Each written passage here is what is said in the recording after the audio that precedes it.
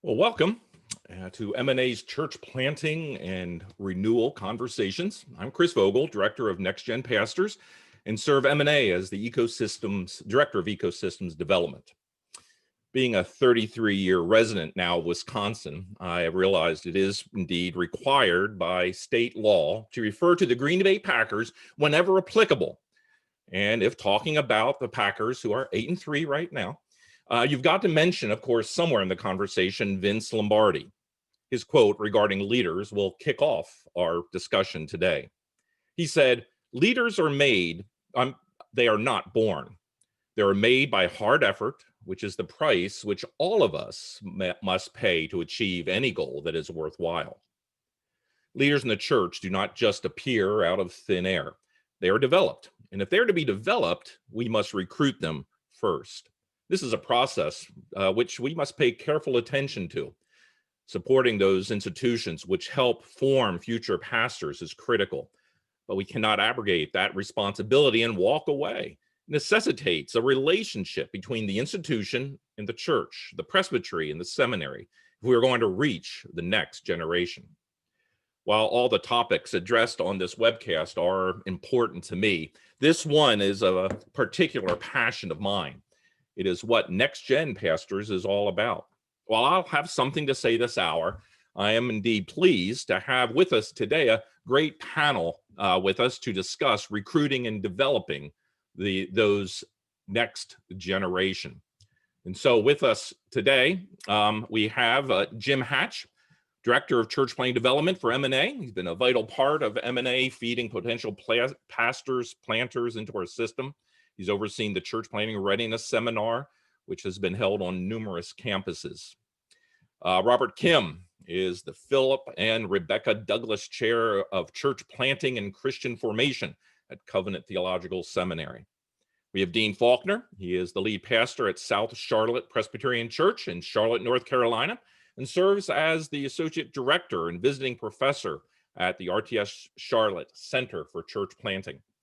And we have Will Witherington, Pastor of Ministries and Expansion at Tates Creek Presbyterian Church in Lexington, Kentucky. Now, before we jump right in, let me just start off by saying this is meant to be a conversation. And while we invite you, the attendees, to be engaging with us, you've got the chat box available, but also the Q&A function. You can use either one. Those who are on Facebook watching us, I'm usually not able to keep an eye on that. So if there's questions coming up there, I may not be able to answer. But all of that, throw us questions. We want this to be a conversation as much as possible. Well, let me just start off. And Robert, if you could maybe just start us, tell us a little bit more about your role there at Covenant and what does it mean? Now, you've been there just a year plus now in this position. What does it mean raising up future leaders? What do you do? Sure. So I teach Christian formation and calling, ministry leadership, and the church planting courses here at Covenant Seminary. And what I would say is we catch them at the end of maybe the development process where they're more serious. And so obviously they're considering seminary education, which is, I would say, part of the process of developing leaders. Chris, you and I have had conversations before where just talking through moving it upstream. I think Jim Hatch's work with the Readiness Seminar and other work out there would be helpful for us to be able to consider that. With that said, is, we take students here, we have a church planning track.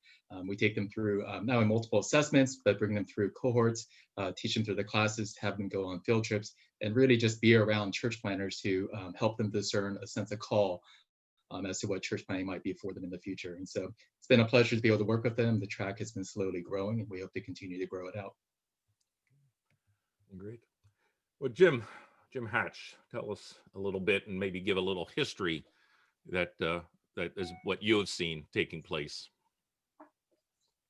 My role with M&A the last number of years has been to be on seminary campuses, identifying and investing in potential church planners. And that began to expand as I began to see the need for every student to have a more missional outlook in terms of his or her ministry. And so I've through chapel talks and pizza lunches and innumerable cups of coffee over lunches or breakfasts in seminaries around the country would challenge students with the possibility of living in a non-Christian culture and beginning to see their role as a missionary in this culture or around the world. And as I began to do that, more and more of them would begin to be interested in church planting. And of course, that was my focus. And so the readiness seminar was a natural result of that interest. And so every year, in a number of, this year we've had 5 around the country, where seminary singles or couples come through an assessment weekend where we take some of the principles of the full-blown assessment center and ratchet it way down to make it appropriate to where a seminary couple is. So it's been a wonderful experience, and I have enjoyed that kind of interaction with students, nudging them toward more missional ministry. On a personal level, Chris, through the years here at the church that Jan and I are a part of, I've been a part of training leaders through small group leader development.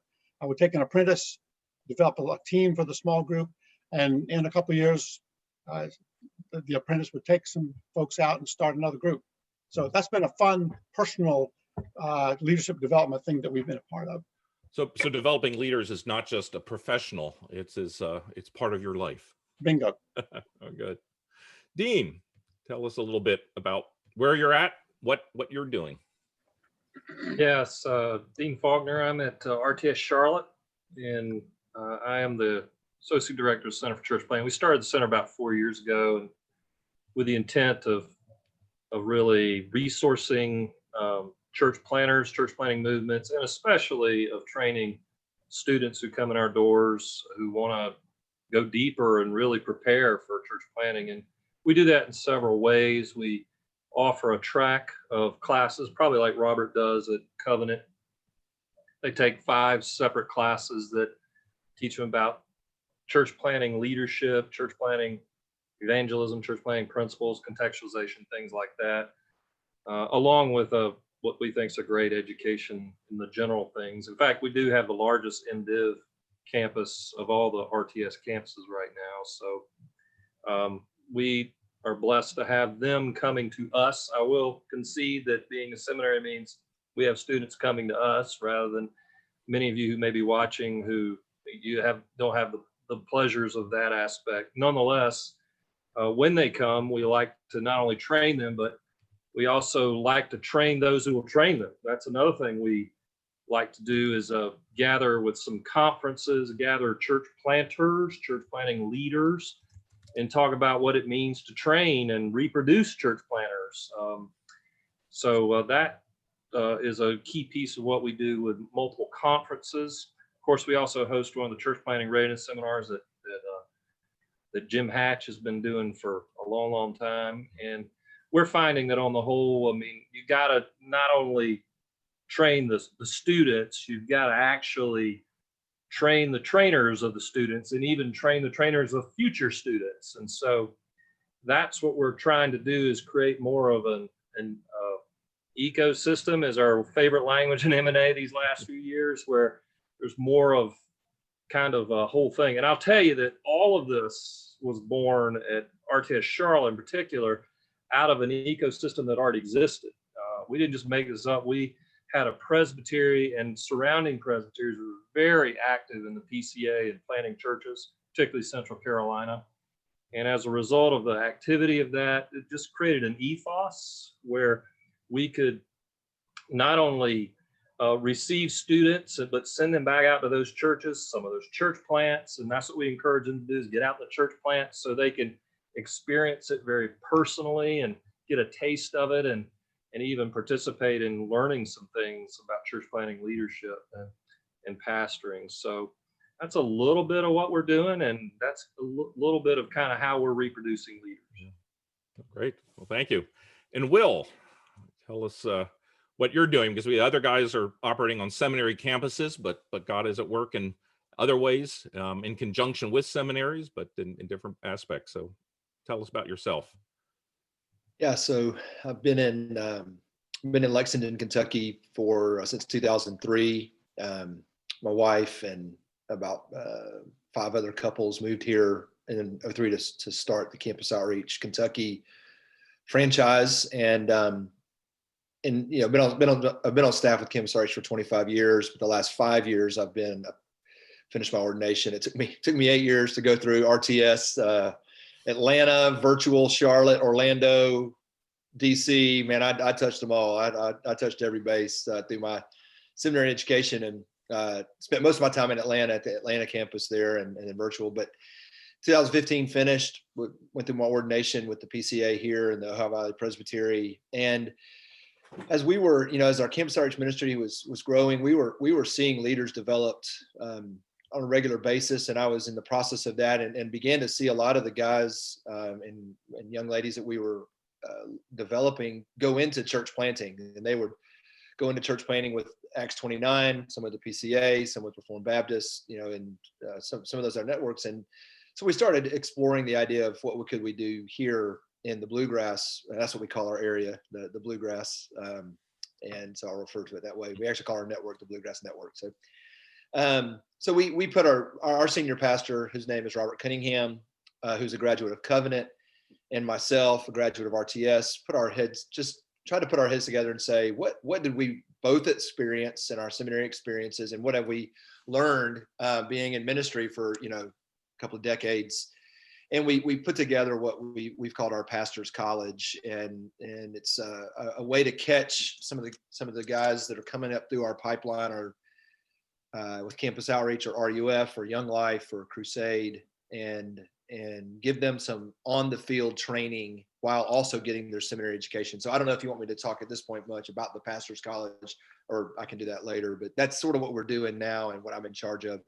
I was telling Chris, I'm really am so new to this game of church planting, and I feel so ill-equipped and ill-prepared. We've planted one church. We've got another one in the chute.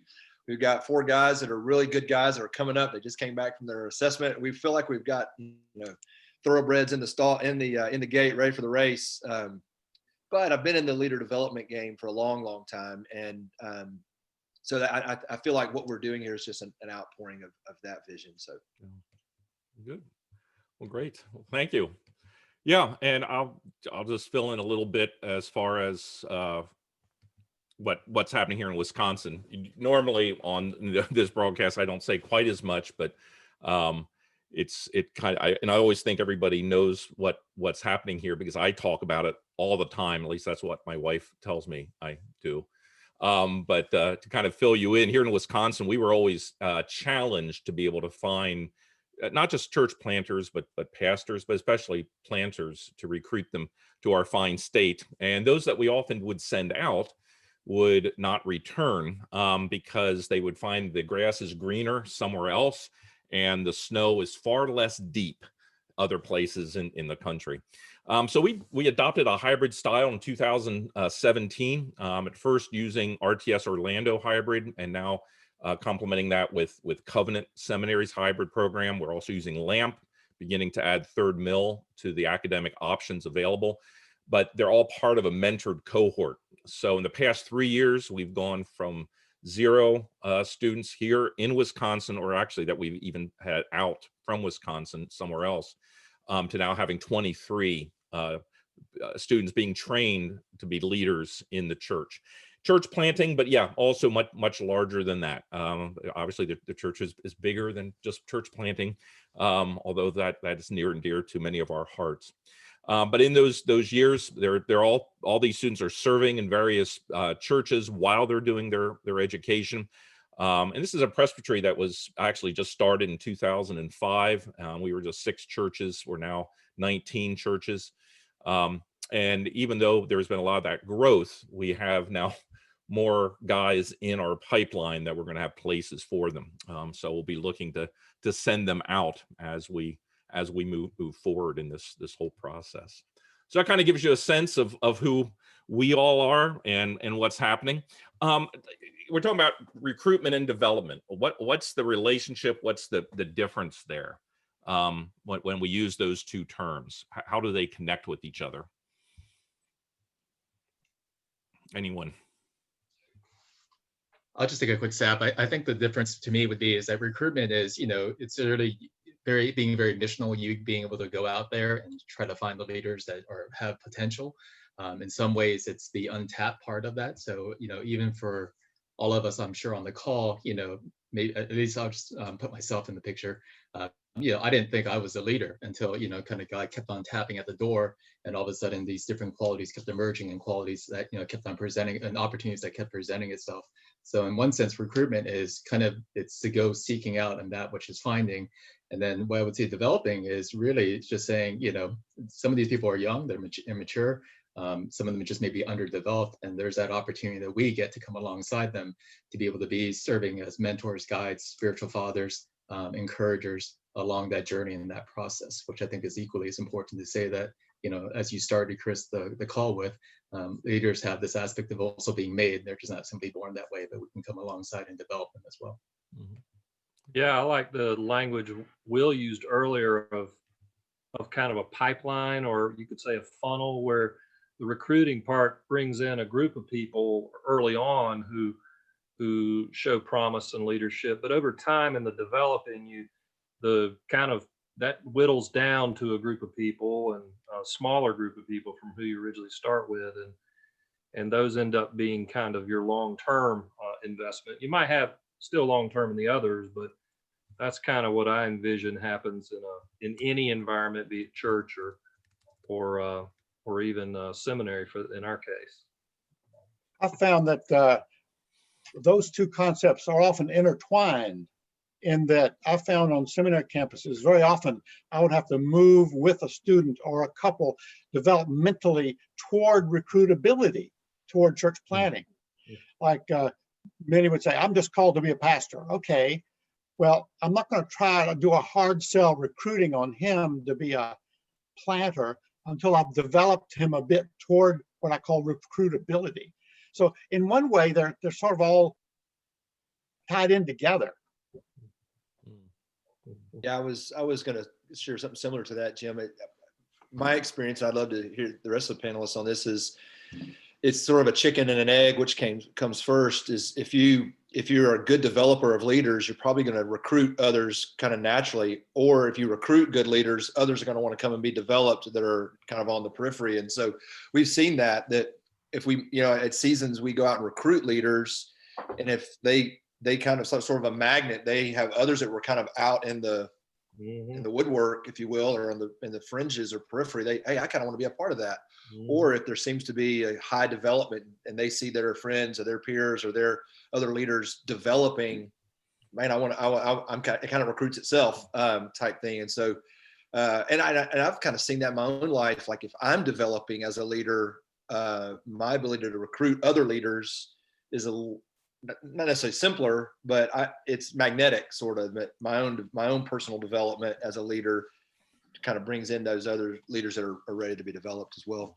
Oh, that's good.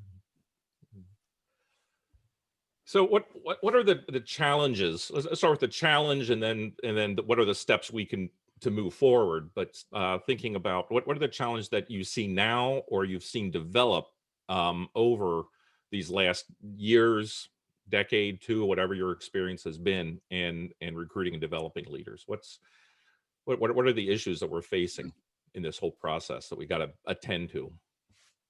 Chris, I think I am an illustration of one of the huge problems. What I mean is this. Or should we tell you what we think? No, that's not our job. No, I was trained in seminary. I was trained to do ministry. I was never trained to equip people to do ministry.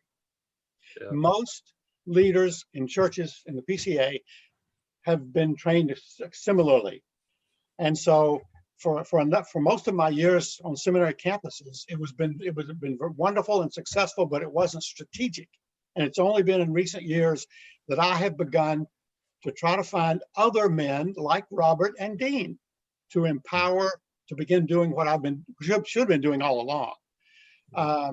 That kind of leadership is not important in most seminaries. For example, at M&A, the most effective leadership is not done by pastors. At M&A, the departments that are expanding, like ESL disability, disaster relief have been led by lay women. And I think that's a huge challenge. We're not training trainers. We're training preachers and doers of ministry. Yeah. Yeah, I like that distinction of the difference between kind of the personal professionalism of doing ministry versus I'm in this to reproduce myself, to do discipleship and have other little versions of what God is doing with us. And so that Jim's just spot on of changing your mindset that it's not about you, it's about who you reproduce in and who they reproduce in. That's also another challenge, is getting reproducing yourself in people that will reproduce themselves in others is finding quite the challenge as well. Yeah, it comes down to that. Well, the 2 Timothy 2:2 principle, that we only go usually one step. Well, maybe we'll find somebody, but not somebody who will then find someone else. I saw recently, going to kind of the mindset that we're having to rethink, I would say, a Barna poll from, I think, about 2015, though. It said, the poll was asking pastors, what ministry do you most enjoy? And they did it by church size, and that doesn't matter as much because it was pretty much the same. What did they enjoy? Preaching and teaching, which ordinary means of grace, word and sacraments. Yes, this is it. That highlight of our gathered worship is critical in the preaching of the word. But there are a lot of other hours in the week. And it was interesting. It was about 70% said that is the most important or most enjoyable thing. And whatever is most enjoyable is what you're going to give yourself to. If you looked at discipling other leaders, if you looked at discipling believers, pastoral care, or evangelism, you add all those up and it came to about 20%. There was about 4 or 5% said that was the most enjoyable. And so we have trained a lot of leaders, and an important part of it is the preaching and the teaching, but it is that authority distance. If we're going to be training others, it has to be a certain life on life in that process as well. It's missing. Any other thoughts as far as the challenges that are there? I think one of the challenges we keep talking about here is call it giving leaders a long runway, giving them a commitment to a process. Particularly as you're talking about leaders in their late 20s, early 30s, you're talking about guys who need to go through some hardships. They need to experience some difficulty. They need to, yet not just waiting around for that to develop them, but being intentional and proactive, but giving space.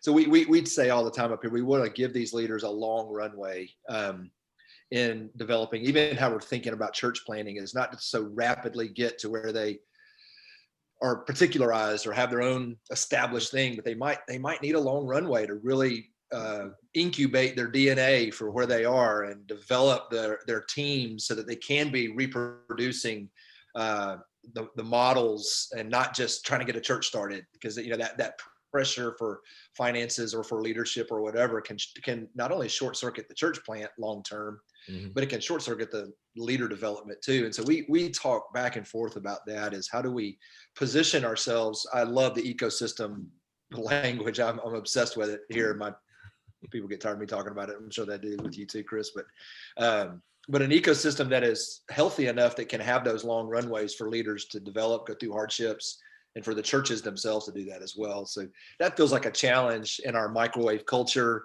even in the way we've thought about doing church for so long. It's like, well, when are you going to particularize, or when are you going to get your own church, and when are you going to have your own session, and when are you going to have your own budget? Well, it might need to be a little bit longer for the leaders' development, for the church's development, that kind of thing. So we're trying to deal with those challenges of developing those leaders. Hey, one thing we're running into here in the seminary is when we especially challenge these young men to go plant a church one day, they immediately really want to invoke the prospects of community. And here's what I mean. They don't want to plant a church or even pastor an environment without somebody. They want to do it with somebody.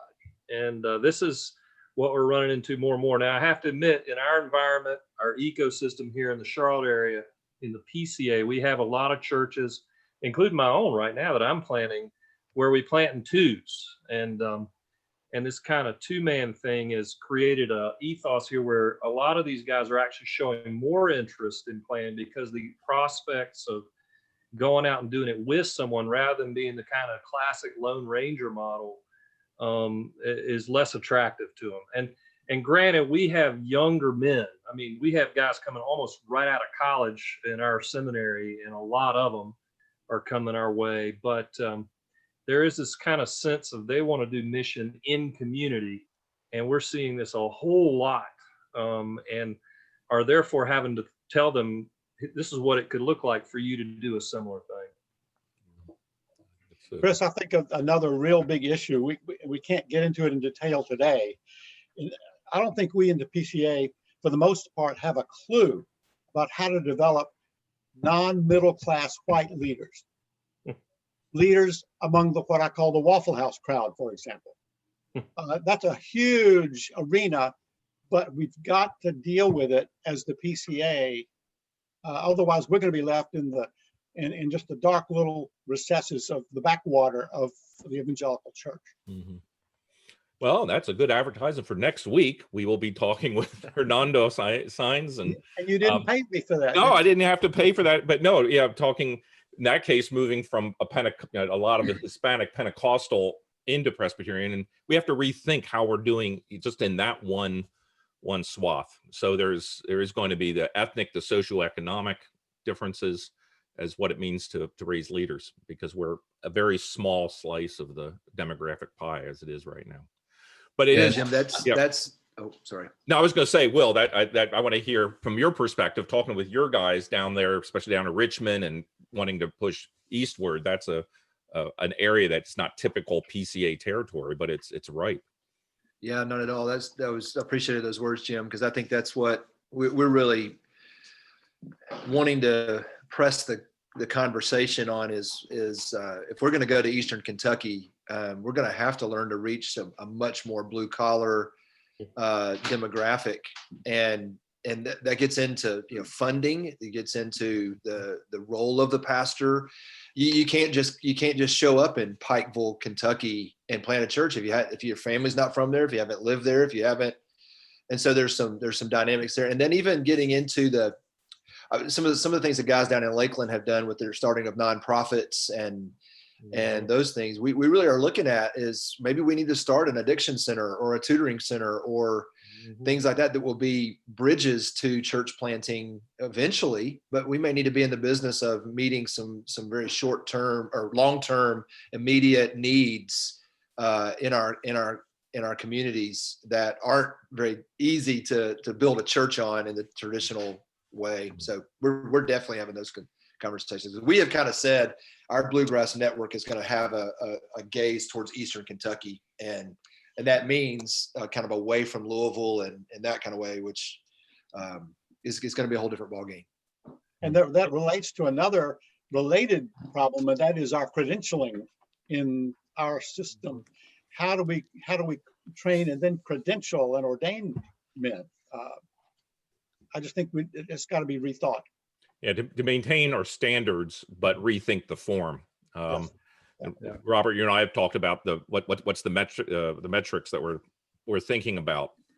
Yeah, and that's what I was going to add, was just simply saying, one, the recruiting piece, it's kind of like fishing. And so not the fisherman, but what ponds are we fishing from that we're trying to recruit leaders? If we keep fishing at the same ponds, I think we're going to continue to get the same results. And so some of that is really just venturing out into places that we're not familiar with in terms of how we might go and recruit. The other piece of that is just, as you were mentioning, Chris, in terms of metrics, I think, and Will, you were speaking about this in terms of some of the qualitative metrics that we see, especially for church planners. This says you're a leader, this says you're effective. What really are we trying to place out there to say that we're measuring what is effective church planning? And I would argue, especially in particular, kingdom advancement is what we are all longing for, right? It's not the reshuffling of Christians, but the advancing of the kingdom of God. Yeah. Yeah, one thing along these lines too that we're covering is we really have to start thinking about, and Will was getting at this indirectly, kind of the bivocational pastor and church planner is something we really have to look at in terms of a way to do the slow process of planning in some tougher places, urban, rural, small town settings where the money is just not as available as readily. So I think we've got a lot of work to do around that, and figure out how to plant more churches in particular that way would be to our advantage, and would certainly raise an important piece of what we need to do, but we're still not there in our very professional, single-minded focus in the process. Now, sometimes the bivocational approach is that's sort of what you have to put up with until we can get to the real ministry where you're self-supported, rather than seeing it as a legitimate ongoing form of ministry. Yeah, you know, Anthony Bradley has some really good stuff out on. I think his two categories are Great Commission Christianity and Cosmic Redemption Christianity. And you know, for so long we've had a very Great Commission focused Christianity, which is, you know, evangelism, missions. And if you have a job, it's just so you can fund missions, and hopefully you can take your coworker to lunch and share the gospel with them. But there's not a really robust vision for work and justice and diversity, because it's just about the mechanism of the Great Commission. But what he talks about is the cosmic redemption nature. And I think if we talk more about that in our seminaries and in our churches, we'll get guys with a vision that says, hey, the actual best way to plant this church might for me to be to have a job in the school system here. That's a cosmic redemption mentality, that I'm going to actually bring life to this school system because I'm actually a good teacher, I'm a good coach, and I can plant a church alongside this. That may be a better strategy than asking a guy to, you know, parachute in and try to share his faith at Walmart, you know, for 20 years. Well, if he does all those things, he won't get much sleep, but that's true. Yeah, and the idea, I've appreciated somewhat the distinction between bivocational and co-vocational. It has a nice, it's helped me. Again, when I hear bivocational, I hear bifurcation, and that's not what we're talking about. The co-vocational is here, but having to figure out how do these worlds mesh in a way that is missional. And that's a useful distinction. Very useful. Right. Really good. Good. Well, we have some questions popping up. Let's take a look at some of those. The first one here from Josh Martin: any advice for a Presbytery M&A committee chairman working towards developing, identifying, and eventually call of church planters? So in 10 words or less, what no, for those M&A chairmen, they're trying to figure it out, and so often it's, well, we'll scour, you know, we'll maybe check out who's at a church planting assessment or something like that, and we're pretty far down the pike. What else, or what should they be thinking about for the chairman? Well, as a former chairman, I can tell you, you can't do it by yourself. You got to have a community of leaders with you doing it together, and preferably churches, at least a few churches in your presbytery who are champions for church planting and are willing to put up the money, put up leaders, put up whatever to help kind of form a synergy around this pursuit. And I would just say, again, the value of community and doing all this is just super important. And I say that knowing that doesn't always happen in presbytery committees, M&A committees. And so that's just something to consider. I would just say 3 words. I would say local, wider, and deeper, right? So local being as indigenous as you can. I think a lot of M&A chairmen have looked at, for example, seminaries and saying, hey, if you have a graduate, come send them our way. But then it takes those years of contextualization and for them to learn that particular community. So if you can raise people indigenously to know the context by which they're ministering, I think that's really important. Wider is casting that thing upstream. So for example, when I was in Philadelphia, we tried to go to the Christian colleges saying, hey, we don't want to recruit leaders just on seminary campuses, but even going to the Christian colleges, and even tapping into youth ministries and other places where, again, you're fishing in places that are new within that sense. And then deeper, and I'm going to maybe answer Dan Hartzler's question here on 1 Thessalonians 1:8 about going deeper. It's just really this life on life, right? And so I think sometimes with developing leaders, It's not just, hey, we're going to check a box off, you're a leader, but just pouring and investing, showing what it means to, walk your life as a leader, sharing, going deeper within that sense. And that's that one-on-one personal investment that I think we've all talked about, that really is just something that's needed in this time as well. Mm-hmm. Will, were you going to say something? Yeah, I really appreciate the question, and I'm glad to hear there's a couple guys on here. I'm just taking over the chair of our M&A here in our presbytery starting in January. So I'm with much fear and trepidation launching at that. But the conversations we've had here is the need to have some structure in place for even some of the things that Joshua was saying here, identifying leaders, developing them, giving them a call.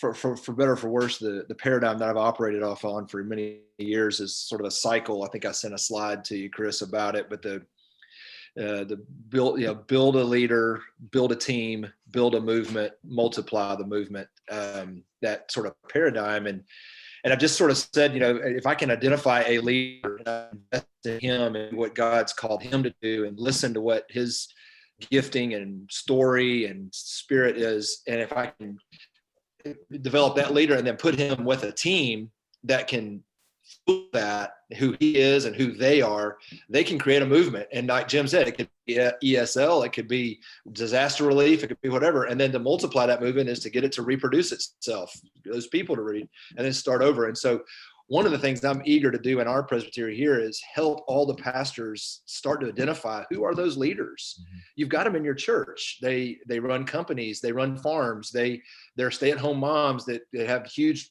play groups. They have, and then there's going to be those church planners that are there. But if we start by identifying the leaders and help them be on teams together, the Holy Spirit and their community together is strong enough. They'll build a movement around kingdom things with what they're excited about. If that's soccer teams, if that's, whatever, and then multiply the movement.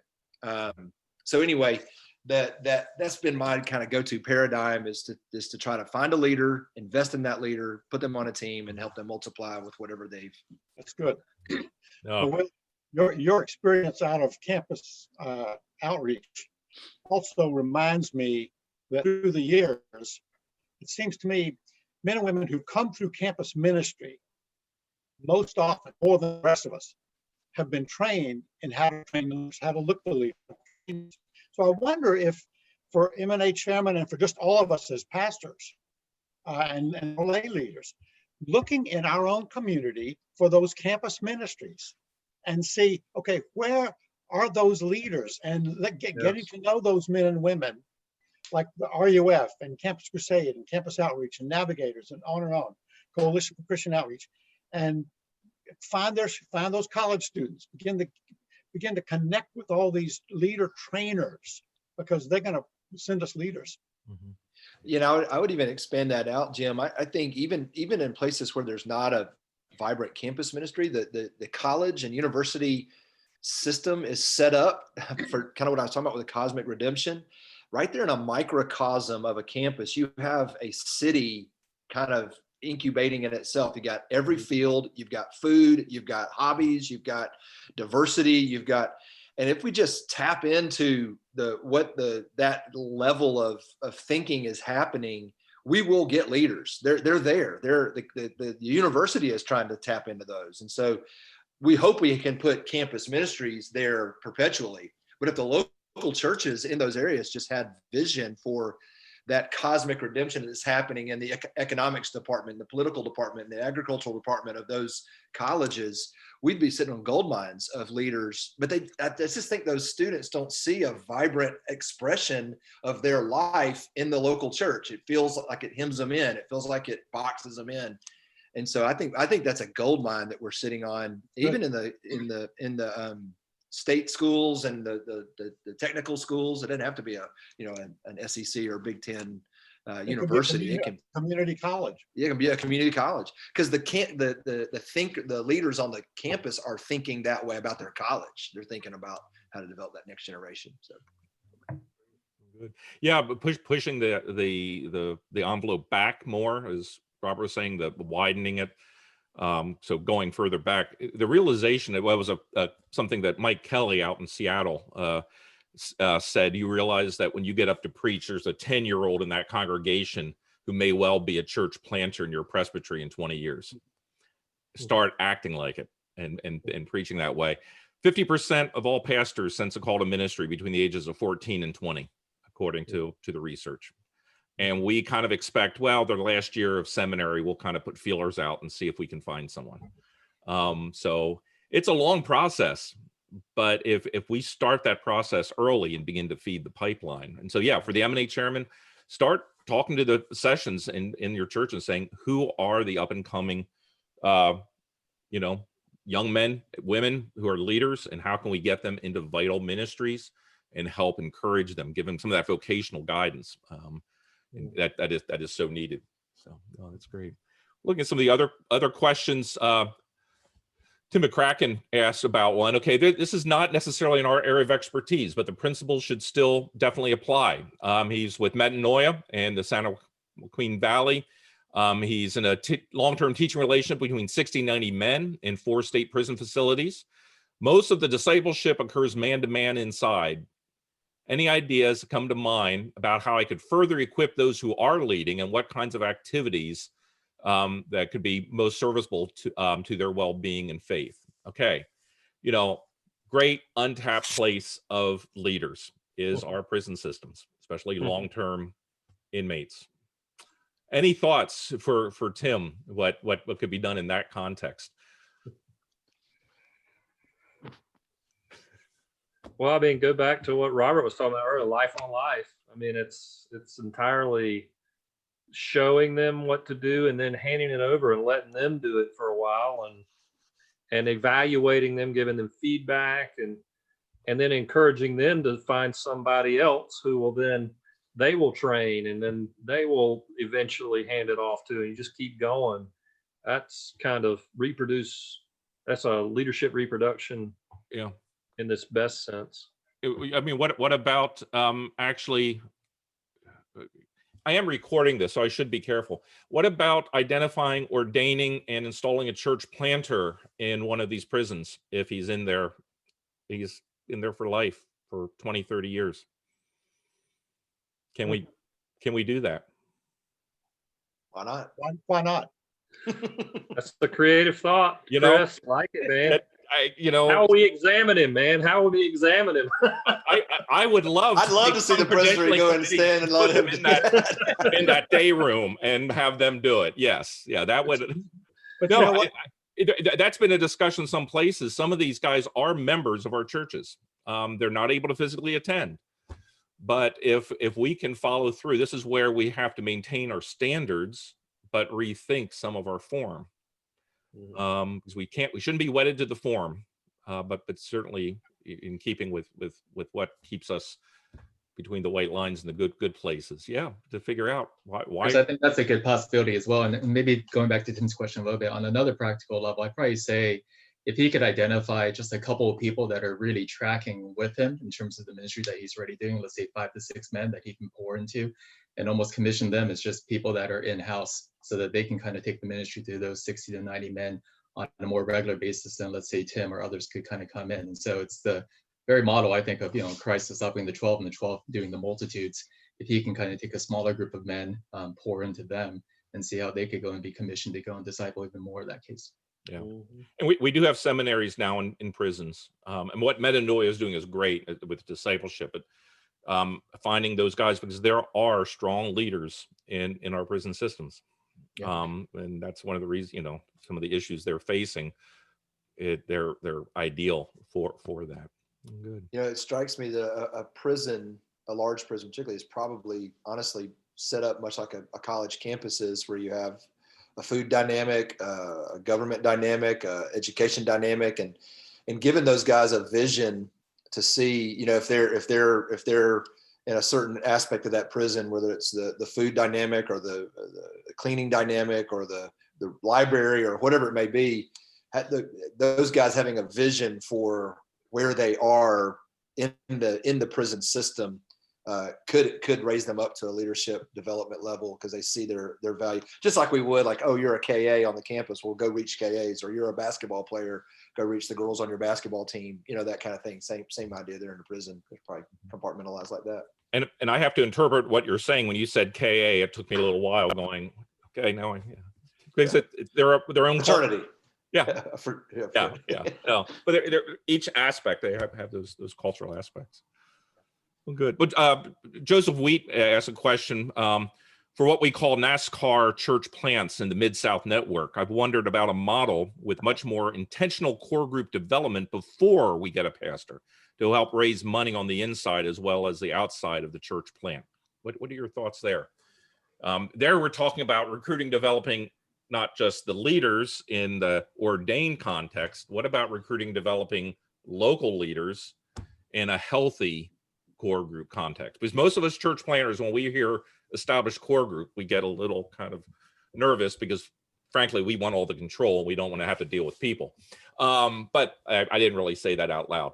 But the fact is, what about site development in this whole process of recruitment and development? Your thoughts there?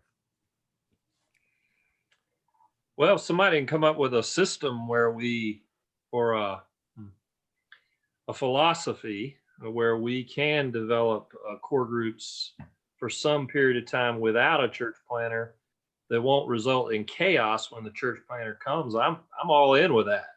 I will say, when I was chairman of Central Carolina Presbyterian's M&A committee, I mean, we had a group of people where we had to deal with this on multiple occasions, and it was quite the challenge. So I'd love to see a philosophy that helps prepare people so that they can go maybe a long period of time developing those internal resources without formulating a real specific philosophy of ministry, which I frankly think is a challenge over time. Yeah. If it comes to us already formed, it can be an issue. Yeah. Just as a person comes to us and said, I'm a leader, set me loose. Mm-hmm. That's the self-identified is a problem. So the same thing with core groups. I know Alan Foster with M&A and church placement, he and I have talked about what is it going to take to do better site development, because we could have a great leader, send them to a wrong site, and it's not going to be necessarily a good thing. How can we develop? Another idea that we ought to wrestle with as a denomination that speaks to Joseph's Wheat's question. There's no reason in our book of church order why a ruling elder couldn't start a church. He could be licensed to preach. We can work out the sacraments on an occasional basis, like we, with a teaching elder. But why don't we think of unleashing ruling elders to start churches?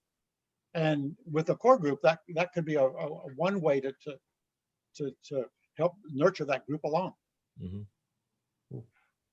One of the things we're trying to do here at Tate's Creek is, we're Stephen called us a sort of a regional church, and you have those kind of where you kind of a big steeple regional church, and in the PCA that can mean a lot of different things. But what we're hoping it means for us is that we can structure our big church to be parish oriented, where people who drive in from 10, 15 miles away to our church, they start thinking about their geography in much more of a core group local thing, that one day we would like to actually put a church plant in that area. And so this question I think that Joseph's asking to us is a very tangible question, and we may actually have a core group that's raised up and built up, and before we have a planter ready to go and lead that, or pastor to lead that. But I think our answer to that, and we'll see how it goes, is the DNA of Tate's Creek Presbyterian Church needs to be such that it's leader development, it's evangelistic, it's diverse, it's the whole DNA of the church ethos is that way. So then people wherever they are can apply it to their neighborhood, where they work, where they play, where they eat, where they go to school, that kind of thing. So we're kind of hoping our parish model develops that, and then God would raise up that leader to go in and plant or lead or pastor or whatever. That's good, Will, because to follow that plan would keep those groups out, say 10 miles away. It would keep them from starting a church out of convenience instead of mission, which so often happens. Yeah.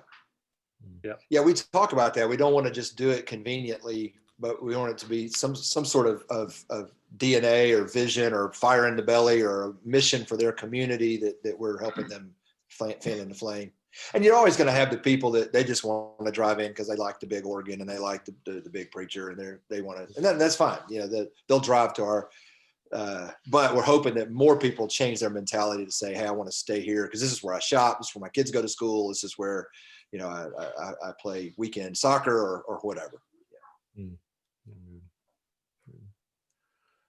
So, all right, maybe it's like be a question that begins to wrap it up. So we're talking with someone or working with a younger person, and for me, that's most people. That we're trying to say, okay, here's a leader. What are we gonna do? So what should we be looking for? What are the raw materials? And maybe if we, you know, had a whiteboard that we would put up there that we're saying this is the metrics that we're really looking for, the prime characteristics, that if we see this, we see there's something here to work with, because we're not looking for a finished product. We'll never find it. And so what are some of the things that we should look for, maybe not? What are your thoughts there? What kind of fundamental definition of a leader is people are already following. Okay. So, Yep. Okay. Good one. Yeah. Have they already in process of leading? Are there people engaged? Yeah. Good. I think if we're talking specific about church planting, just a heart for the lost, and just Okay. making sure that that's present. And so I know Jim always talks about that's one of the vocal requirements, and we often don't stress that. Yeah. I think there's a sense of looking for men and women who understand appropriate risk taking and maybe have actually had a serious failure. Mhm. Will alluded to that earlier in terms of the on-ramp but if someone has never had a serious failure, never really trying to risk, there's something about that I look for in a leader, to see how the gospel has really gotten hold of them at a low point. Mm-hmm. Yeah. A wound that the gospel has addressed, but the wound is still there. good. Yeah, I would say with that is looking for someone who's coachable, teachable, can accept feedback. I think that's an important quality of the Army says, you know, before you're a leader, you got to be a follower type thing. You've got to be able to take orders, feedback, that kind of thing. So I think that's an important quality too. Good So word. related to that, Will, would be sort of a self-awareness, eager to listen, eager to learn. Well, the big three in church planting would be, if you're looking for church planter types, would be preaching, entrepreneurial leadership, and evangelism. If they got some kind, if they're gatherers, if they're like trying to take a hill in some way, and especially if they have just more than dangerous with speaking the gospel in front of people in some way, that's a nice combo for starting churches, especially. Chris, the one thing that I sent you, I had maybe approached this webinar to focus a little bit on the idea of next generation. And I think even the question that we're asking sometimes, it's presuming saying, what are we looking for as them and leaders? I think the other question could be spun around saying, what are they looking for in terms of the environment? And so one of the things I had sent you, Chris, was just, some of the things, the research that's been done with respect to millennials. And so I'm just going to give this quick kind of shot fire list of just saying 10 things millennials look for an employer. And these are corporate learning, purpose, culture, flexibility, responsibilities, strong manager-employee relationships, innovation, room to fail, volunteer opportunities, and perks. And what I'll say to that is, it's almost striking when you think about our church cultures, or even our presbytery cultures, some of these are not necessary as those. And so as we're thinking about the next generation, I think that question is equally as important for us to consider. And, we've talked a lot about this, right? Like giving them a sense of purpose, giving them the ability to say, hey, you know what? If you fail, that's okay. That's actually part of your development process. We want that to happen. And I think there's a lot of things that we need to learn in terms of churches and ministry leaders to really push that forward as well, to even attract those types of leaders into our mix. Yeah, and I'll be sending that slide deck and what Will referred to out. Those of you who are attending, you'll get the video link for this, but also some follow-up material, so you'll be able to see that. And Which, Will, yeah, I Oh, wonder, sorry. would you have handy, you could give to Chris, where we could find Anthony Bradley's discussion of the cosmic redemption thing? Yeah, I'll have to track it down. It was in an article. It was in an article he wrote recently about racial, some of the racial dynamics, and I'll see if I can track it down and I'll send Yeah. it to Chris for sure. Thank you. Yeah. One of the things I was going to say, Robert, I so appreciate, I love, it's very Bob Beal or Ed Friedman-esque to kind of flip the question on its head and ask a different set of questions like you just did. And I love that. What are they looking for? And I had this conversation with our sort of next level leaders that are up here. And we've got this pastor's college, we've got 6 guys in it, and it's like full of, and these other guys that are coming up, they're not saying they want to be pastors, but they're just as good of leaders. And they're asking, and I could see it kind of slipping away from them, like, oh, that's not for me because I'm not going to be a pastor. And I said, well, time out. We did the pastor's college because we have a commitment to developing leaders. And the pastor's college was an application to that. If you came to me and said, God has called me to be a history teacher, a plumber, a painter, I'll form a blue collar, get your associate's degree college in our church, and I'll pour all of our resources into that to develop you as a leader, if that's what God's called you to do. And you could just see their light bulbs go on, their power, empowerment go, oh, so you're not just trying to ask me to fit your thing. You're willing to structure your whole thing. You're willing to raise money. You're willing to change your language. You're willing to change your structures. You're willing to, get your mentors different. Yes, I'm willing to do all of that. If you're the next generation of leaders that are going to be our painters and our school teachers and our, that's what they're asking is, are you about what I'm about? Because I'm about this kind of stuff in the kingdom. Are you guys going to flux for me to be able to do that? I'm like, yes, that's what I exist to do. Good. Hey, Chris, do you want to address that question from Kyle French, which really Yeah. gets what you're doing in particular with the local, you and Will are doing? Mm-hmm. Yeah, the question regarding, is there a way of developing more sites for theological and leadership education that is a more proponent of the local church that could be a staging or testing area for potential leaders in our local churches? Yeah, I think that's, this has been a 40-year quest of mine, and what kind of, I won't go into all the background. What I realized in my late 20s and 30s, at least for me, I did not realize I wasn't equipped to do the core aspects of what seminaries provide. Initially, I thought I could in the presbytery, we could do, I could teach Greek, I get someone to do Hebrew, we get a theologian, we could do it all, law college type of thing.